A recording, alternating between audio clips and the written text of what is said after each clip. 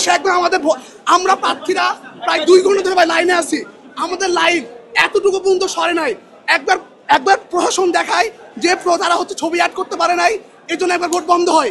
আর একবার শিবির আসে তখন ছাত্র দল এসে বাধা দেয়, আর একবার ছাত্র দল আসে তখন শিবির এসে বাধা দেয়। ভাই আমাদের নির্বাচন এই পর্যন্ত প্রায় 3 ঘন্টা ধরে এই নাটক চলতেছে ভাই, এবং এই নাটক দেখতে দেখতে আমরা ক্লান্ত। আমরা প্রার্থীরা প্রায় 2 ঘন্টা ধরে এক জায়গায় দাঁড়িয়ে আছি।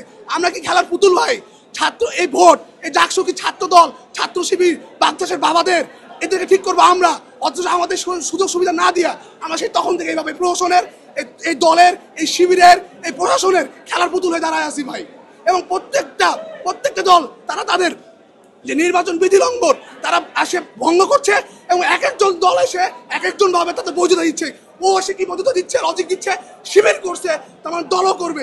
শিবির যদি ভুল করে তাহলে দলও করবে, তাহলে আপনার দলের ইডিওলজি কোথায় গেল? বা দল যদি সে ভুল করে, শিবিরের সাথে সে ভুল করে, তাহলে আপনাদের দলের ইডিওলজি কোথায় গেল? আপনার এর ভুলকে দিয়ে ওর ভুল ধরেন, এর ভুলকে আবার এর ভুলটা ঠিক করেন, এটা কোনো লজিক না।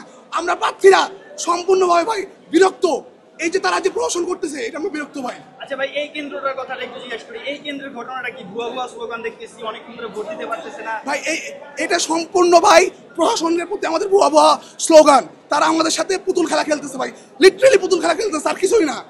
আচ্ছা, এখানে একজন ভিপি প্রার্থী নাকি প্রবেশ করার কথা বলছে। জি ভাই, এইটা কিছু, এটা যখন বলা হচ্ছে তখন বলছে শিবিরও আসছে।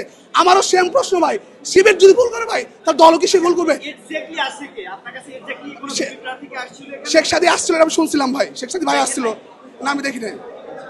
আমার কথাই জানাতে ভাই, আপনার কাইন্ডলি নির্বাচনটা সুষ্ঠু হতে দেন, আমাদের ভোট দিতেন ভাই। এই প্রথম আমি আমার যৌবনের প্রথম ভোট দিতেছি এই জায়গাতে ভাই, এর আগে ভোট দিতে পারি না ভাই। এটা আমার ইমোশনের জায়গা, এই ইমোশন জায়গাটা নষ্ট করেন না ভাই। আমি দিয়া 51 শহীদ তাজুল নামে হলে থাকি, এই হলে থাকি। জি, আমি কোনো পদে নির্বাচন করতেছি না ভাই, আমি একজন জাস্ট প্রার্থী।